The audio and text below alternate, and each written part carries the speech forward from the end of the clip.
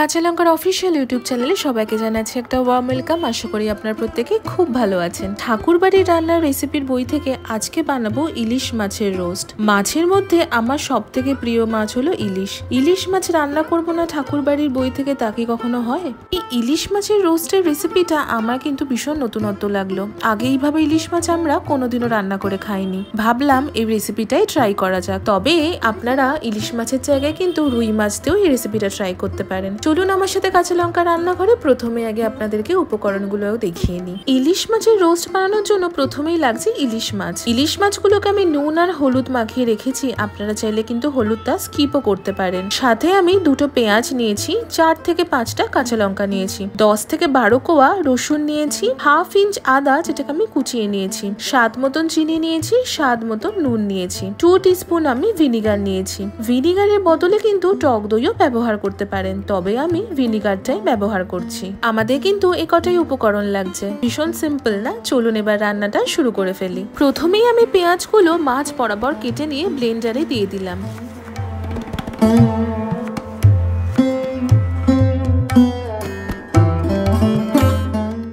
সাথে কাঁচা লঙ্কা দিলাম আদা কুচি আর রসুন কোয়াগুলো দিয়ে দিলাম। এবার প্রথমে জল না দিয়ে আমি একটু ব্লেন্ড করে নিচ্ছি। তারপর সামান্য পরিমাণে একটু জল দিয়ে একটা মিহি পেস্ট বা একটা স্মুথ পেস্ট আমি বানিয়ে নিলাম। অন্যদিকে ইলিশ মাছগুলোতে আমি অল্প পরিমাণ চিনি দিলাম, স্বাদ মতন খানিকটা নুন দিলাম, ভিনিগার দিয়ে দিলাম আর দিয়ে দিলাম মশলা বাটাটা। বেশ ভালো করে কিন্তু ইলিশ মাছের সাথে সবকিছু প্রথমে ম্যারিনেট করে নেব বা মেখে নেব।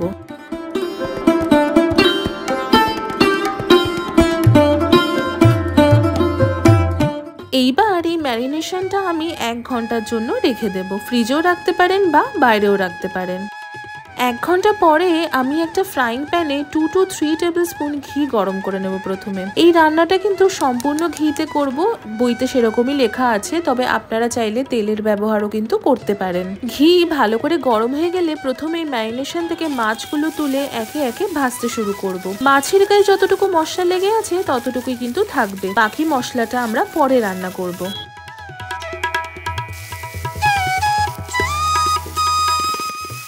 এবার ইলিশ মাছ আমি এপিট ওপিট করে বেশ ভালো মতন একটু ভেজে নেব। দেখুন মাছের গায়ে বেশ সুন্দর একটা রং আসবে, তখনই বুঝবেন মাছটা কিন্তু ভাজা হয়ে গেছে। তবে কখনোই ওভার ফ্রাই করবেন না। ইলিশ মাছ তো নরম মাছ, বেশি সময় লাগে না ভাজা হতে, আর ভিনিগার দিয়ে ম্যারিনেট করা ছিল মানেই কিন্তু মাছ অলরেডি একটু নরমই থাকবে। আমি মাছগুলো এবার একটা পাত্রে বা একটা থালায় তুলে রাখলাম। ভীষণ সুন্দর কিন্তু মাছ থেকে একটা গন্ধ বার হতে শুরু করেছে।